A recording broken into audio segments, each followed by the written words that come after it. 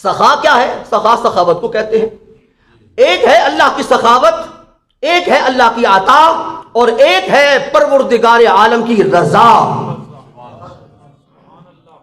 کوئی لمبا چوڑا فلسفہ اس کے اندر نہیں جاننے لگا، سیدھی سیدھی بات عرض کر دیتا ہوں. دنیا میں جو بندہ جس نعمت سے متمتع ہو رہا ہے، لطف اندوز ہو رہا ہے، وہ ماننے والا ہے یا نہیں ماننے والا، سب کو اللہ عطا کر رہا ہے کہ نہیں کر رہا؟ کافر کے پاس ہے سب کچھ. صبح اٹھتا ہے، رات کو سوتا ہے، رات کے سونے میں اس کے پاس نیند موجود ہے، اس کی نیند کے اندر راحت موجود ہے. صرف نیند ہو، نیند میں راحت نہ ہو، کوئی نعمت نہیں ہے. بندہ سارا دن اور سارا رات سوتا رہے، کہتا ہے میں تو سو کر ابھی سیر ہی نہیں ہوا، میری تو ابھی تھکان ہی نہیں اتری. اللہ کریم نے قرآن پاک کے اندر نیند کے بارے میں 2 لفظ استعمال فرمایا بعض لوگوں کو ہم صرف نیند دیتے ہیں، بعض لوگوں کو نیند کے اندر سکون دیتے ہیں. تو مطلب کیا نکلا کہ جن کو فقط نیند ملے اور سکون نہ ملے تو وہ 24 گھنٹے سونے کے بعد جس وقت اٹھیں گے تو وہ تازہ نہیں ہوں گے، وہ فریش نہیں ہوں گے. یہ بھی اللہ کی نعمتوں میں سے ایک نعمت ہے کہ اللہ نیند بھی دیتا ہے، نیند کے اندر سکون اور راحت بھی عطا کرتا ہے. تو کیا یہ نیند اور اس نیند کے اندر راحت کا مل جانا، یہ کافر اس سے استفادہ کر رہے ہیں کہ نہیں کر رہے؟ کافر صبح فریش اٹھتا ہے کہ نہیں اٹھتا؟ تو یہ جو اس نیند سے اور نیند کے اندر سکون سے متلذذ ہو رہا ہے اور لطف اندوز ہو رہا ہے، یہ اللہ کی سخاوت ہے. اللہ پاک اس کو نہیں دیکھ رہے کہ یہ مجھے سجدہ کرتا ہے یا نہیں کرتا، مجھے مانتا ہے کہ نہیں مانتا، میرا کلمہ پڑھتا ہے کہ نہیں پڑھتا، میرے دین کا پیروکار ہے کہ نہیں، میری شریعت اور میرے حکم کا یہ رکھوالا ہے یا اس کا دشمن ہے. اس بات کی اللہ پرواہ نہیں فرماتے. فرمایا چونکہ میں رزاق ہوں، میں نے ہر قید کو اٹھا کر اپنے بندوں کو نوازنا ہے. تو ہر قید کو اٹھا کر جس وقت اللہ اپنے بندوں کو نوازتا ہے تو اس نوازنے کی کیفیت کو سخا اور سخاوت کہتے ہیں.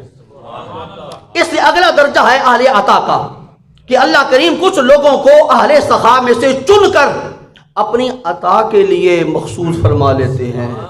اب ان اہل عطا پر جو اللہ کا اکرام اور انعام ہوتا ہے اس میں یہ دیکھا جاتا ہے کہ ہمارا ماننے والا ہے کہ نہیں ماننے والا. سخاوت والوں میں سے اہل عطا کو چنا جاتا ہے.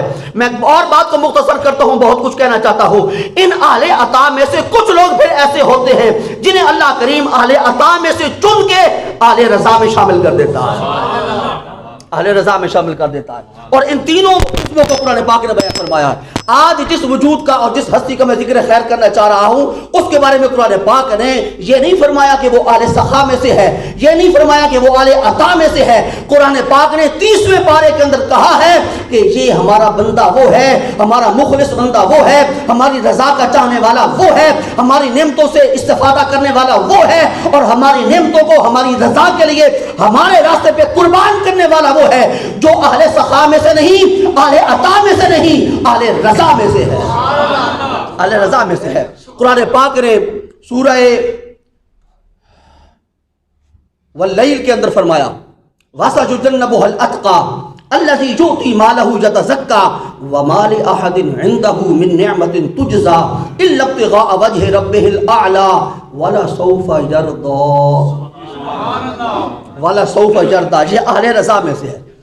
اور جو اہل رضا میں سے ہوگا اس کے پاس سخا کا فیض بھی ہوگا، اس کے پاس عطا کا فیض بھی ہوگا، اور اس کے پاس رضا کا فیض بھی ہوگا. اللہ اکبر. یہ کون ہے؟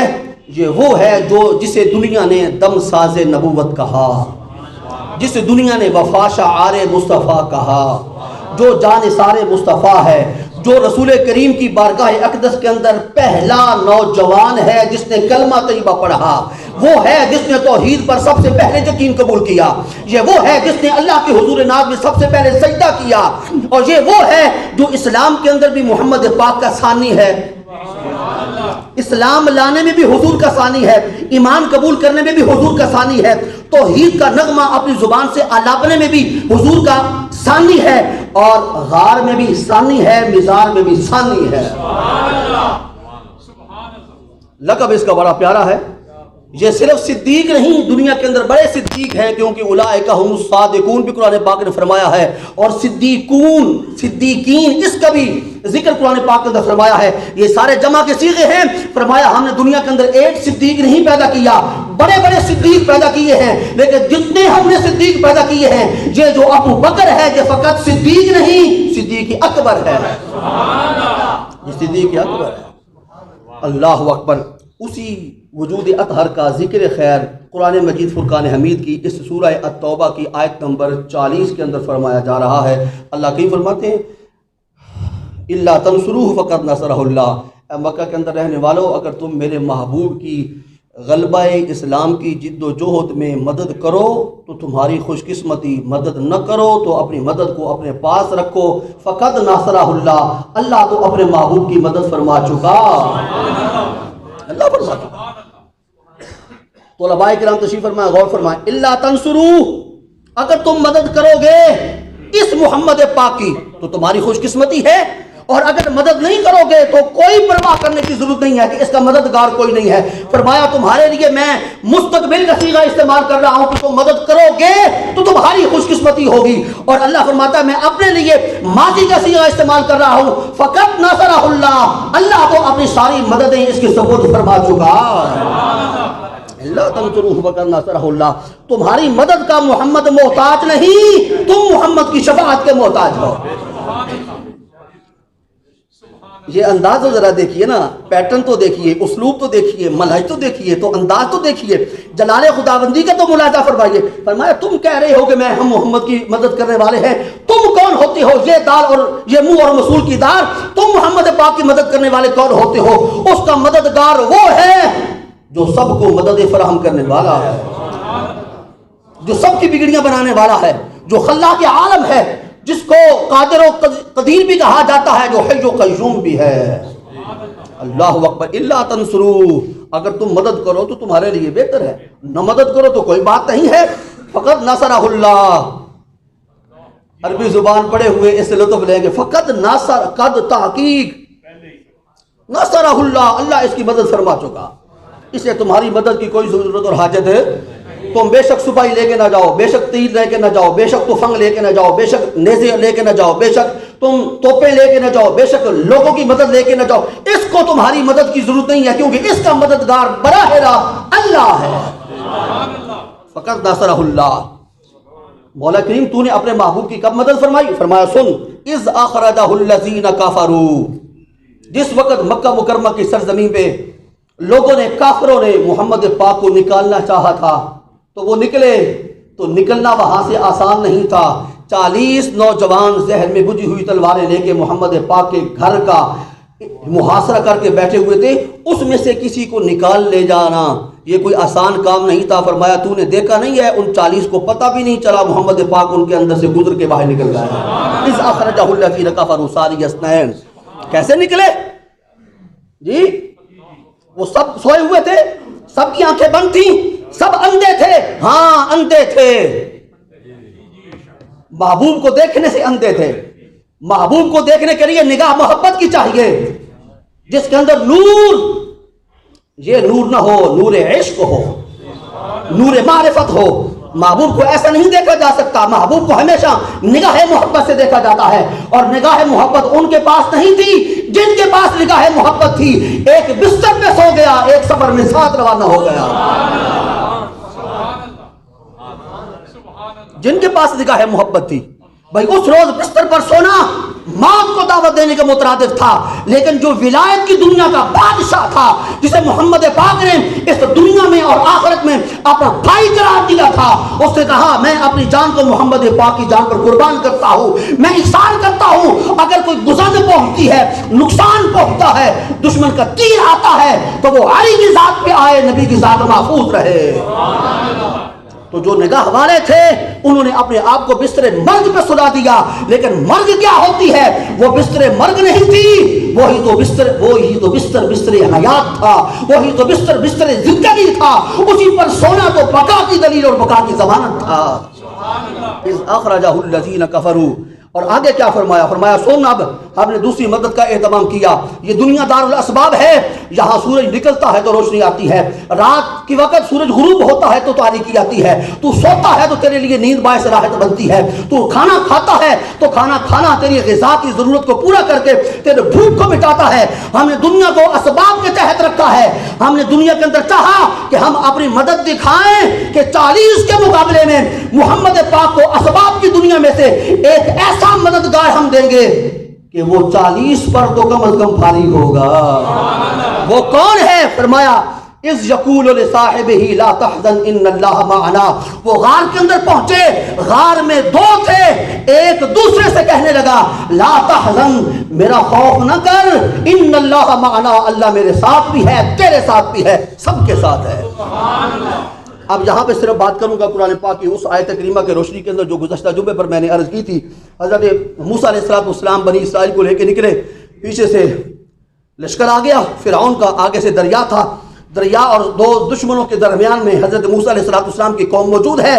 اور جس وقت حضرت موسیٰ کے ساتھ آنے والے لوگوں نے مڑ کے دیکھا تو پیچھے سے لشکر جرار آ رہا تھا, آگے دیکھا تو سمندر کی بے رحم موجیں ان کا استقبال کرنے کے لیے بے قرار تھیں. اس وقت انہوں نے کیا کہا؟ انا لمدرکون, ہم تو پکڑ لیے گئے. آگے جاتے ہیں تب موت ہے, اور رکتے ہیں تب موت ہے. اس وقت حضرت موسیٰ علیہ السلام نے کیا فرمایا تھا؟ کلا, ہرگز نہیں. آگے جملہ کیا ہے؟ ان معی ربی سیہدین, میرا پروردگار میرے ساتھ ہے, میرے نکلنے کی کوئی راہ پیدا فرمائے گا. نہیں, ابھی میں نے آپ سے داد لینی ہے جب میں نے قرآن آپ کے سامنے رکھنا ہے. میرے الفاظ پہ داد نہیں بنتی, قرآن کے الفاظ پہ داد بنتی ہے. ایک ہے موسیٰ جن کا لقب ہے کلیم اللہ, وہ اپنی قوم سے کہہ رہے ہیں, فرما رہے ہیں انما معی ربی, میرے ساتھ میرا رب ہے. اور ایک محمد پاک کی ذات ہے, اور غار ثور ہے, وہاں پر صرف 2 ہیں. محمد پاک یہ نہیں فرما رہے کہ میرا رب میرے ساتھ ہے, بلکہ فرمایا میرا رب ہم سب کے ساتھ ہے. اس کو رحمت کاملہ کہا جاتا ہے, اس کو رحمت تامہ کہا جاتا ہے. محمد پاک نے فرمایا جس طرح میرا رب میرے ساتھ ہے, جیسے میرا رب میرے ساتھ ہے, ایسے ہی میرا رب تمہارے ساتھ بھی ہے, ہم سب کے ساتھ ہے. انا لمدرکون قال کلا ان معی ربی سیہدین. یہاں پر محمد پاک ارشاد فرما رہے ہیں ان اللہ معنا. دوسرا فرق اس کلام میں اور اس کلام میں, ذرا قرآن پاک سمجھانے لگا ہوں اور قرآن پاک کا اسلوب اور انداز عرض کرنے لگا ہوں. وہاں حضرت موسیٰ علیہ السلام نے اللہ رب العزت کی ذات کے لیے جو اسم مبارک کا انتخاب کیا وہ تھا رب. ان معی ربی. یہاں رسول کریم نے رب کے لفظ کا انتخاب نہیں کیا, کیونکہ رب ربوبیت کی صفت ہے, اور ربوبیت کی صفت پر اطلاق کرنے والا لفظ رب ہے, اور رب یہ اس میں صفت ہے, اس میں ذات نہیں ہے. حضرت موسیٰ نے کہا اللہ کی ربوبیت کی اعانتیں اور مددیں میرے ساتھ ہیں. محمد پاک نے کہا ان اللہ کی ذات ہے, اور یہ اللہ کا لفظ اس میں صفت نہیں, اس میں ذات ہے. فرمایا میرے ساتھ صفات کی نعمتیں نہیں ہیں, میرے ساتھ ذات کی مددیں ہیں. میرے ساتھ اللہ کی ذات ہے. آگے ایک اور بھی فرق ہے. حضرت موسیٰ علیہ السلام نے فرمایا انا معی ربی, رب کا لفظ بعد میں ذکر کیا, معی اپنے ساتھ, میرے ساتھ, اس کا ذکر پہلے کیا. رسول کریم نے فرمایا ان اللہ معنا, مع کا ذکر بعد میں کیا, اللہ کی ذات کا ذکر پہلے کیا. اس سے مقام کلیم اللہ اور مقام حبیب اللہ ہی سمجھ آ رہا ہے. جس کو جتنا مقام قرب نصیب ہوتا ہے اتنا ہی اس کے پاس عرفان ہوتا ہے. یہ نہیں میں کہنا چاہ رہا کہ حضرت موسیٰ کلیم اللہ کے پاس عرفان نہیں تھا, اپنے درجے کے مطابق کامل عرفان تھا. لیکن جس کا درجہ جتنا اونچا ہوگا, جتنا اعلیٰ ہوگا, جتنا عرفہ ہوگا, جتنا بارگاہ الوہیت کے اندر اس کو مقام قرب اور مقام محبت نصیب ہوگا, اسی قدر اللہ کی ذات کی معرفت بھی اس کے پاس موجود ہوگی. کیونکہ سب سے زیادہ بڑھ کر مقام قرب محمد پاک کو اللہ نے عطا کیا ہے, اس لیے اللہ کا عرفان بھی سارے نبیوں اور سارے رسولوں سے بڑھ کے محمد پاک کے پاس ہے. ان اللہ معنا. اس کے بعد اللہ کریم فرماتے ہیں لا تحزن ان اللہ معنا. اس کے فوراً بعد کیا ہوا؟ فانزل اللہ سکینتہ علیہ. اب غار کے اندر بندے 2 ہیں, وجود 2 ہیں, دھیان کیجئے گا، صرف میں قرآن پاک کی آیت کریمہ آج پوری سمجھانے میں کامیاب ہو گیا تو میں سمجھوں گا میرے آنے کا مقصد پورا ہوا۔ بات بندوں کی دو ہیں غار ثور میں، غار ثور شریف میں، غار ثور شریف میں وجود دو ہیں، ایک سراپا صدق کا وجود ہے اور ایک صدیق کا وجود ہے، ایک منبع صدق کا وجود ہے اور ایک اس منبع صدق سے روشنی حاصل کر کے اپنے لیے صداقت کا ٹائٹل حاصل کرنے والے کا وجود ہے، ایک نبی کا وجود ہے، ایک صدیق کا وجود ہے، دو وجود ہیں۔ اللہ کریم فرماتے ہیں فَأَنزَلَ اللَّهُ سَكِينَتَهُ عَلَيْهِ، ہم نے اپنا سکون، اپنی تسکین، اپنی راحت اور اطمینان قلبی ان میں سے ایک پر نازل کر دی، علیہ نہ کہ علیہما، دونوں پر نازل نہیں کی، دونوں پر نازل ہے۔ گھبرائے ہوا کون تھا؟ پریشان کون تھا؟ محمد پاک تو پریشان نہیں تھے، کیوں؟ مکہ کو چھوڑا تھا تو کس کی رضا کے لیے، کس کی گائیڈنس میں یہ سفر ہو رہا تھا؟ ڈائریکشن کہاں سے آ رہی تھی؟ ہدایات دینے والا کون تھا؟ راہبر اور رہنما کون تھا؟ وہی ہادی مطلق، وہی ہادی مطلق۔ تو جب اس کی گائیڈنس میں، اس کی رہنمائی میں سفر جاری ہے تو پھر پریشان ہونے کی ضرورت محمد پاک کو تو کوئی نہیں تھی۔ اس لیے سرکار کریم تو نہیں بولے، بولا تو کون؟ جو بولا اس کو بھی اپنی ذات کا خوف نہیں تھا۔ اگر اپنی ذات کا خوف ہوتا تو وہاں پر لفظ خوف کا استعمال ہوتا، وہاں حزن کا استعمال نہ ہوتا۔ حزن وہاں استعمال ہوتا ہے جہاں کسی دوسرے کے بارے میں خوف ہو۔ خوف اپنی ذات کا، غم دوسرے کی ذات کا۔ لا تحزن فرما کے اللہ کریم فرما رہے ہیں ابو بکر صدیق کو حضور کی بارگاہ میں آپ کے قدموں پہ اپنی جان قربان کرنے کا کوئی غم نہیں تھا۔ غم تو یہ تھا کہ میرے قربان ہو جانے کے بعد کوئی کافر حضور کے نالین پاک پر کوئی اپنی گرد بھی پھینکنے کی جسارت نہ کرے۔ غم اپنا تو تھا ہی نہیں، اس لیے فرمایا لا تحزن، غم نہ کھا، غم اللہ ہوا۔ تو سکون کس پہ نازل ہوا؟ فَأَنزَلَ اللَّهُ سَكِينَتَهُ عَلَيْهِ، اللہ کریم نے تسکین ابو بکر صدیق کے قلب پہ نازل فرما دی۔ اور ابو بکر صدیق کی تسکین کے لیے سامان ظاہری دنیا کے اسباب کے اندر کون سا استعمال کیا؟ فرمایا لا تحزن۔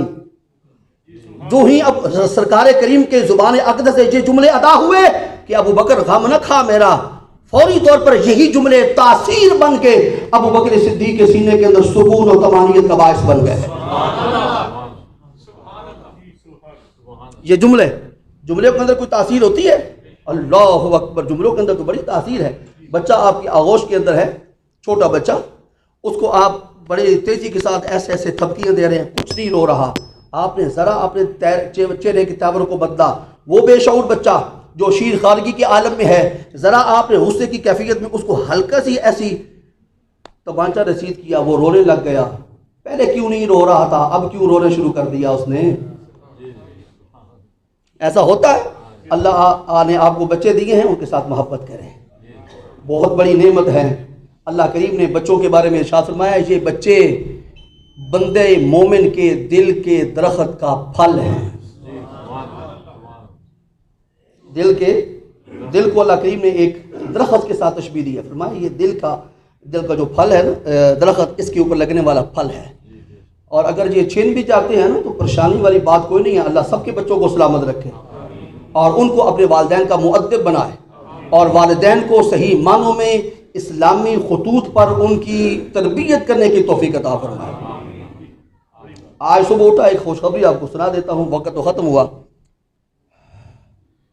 کبھی آپ نے یہ بات نہیں سنی ہوگی جو بھی میں آپ کو عرض کرنے لگا ہوں۔ ایک گھر کی مجھے خبر ملی کہ اس گھر کے اندر ایک بچی رہتی ہے جس بچی نے قرآن پاک کو نئے انداز میں پڑھا، اور وہ قرآن پاک ختم کرنے میں اس کے 7 ماہ لگے ہیں۔ کتنے جی؟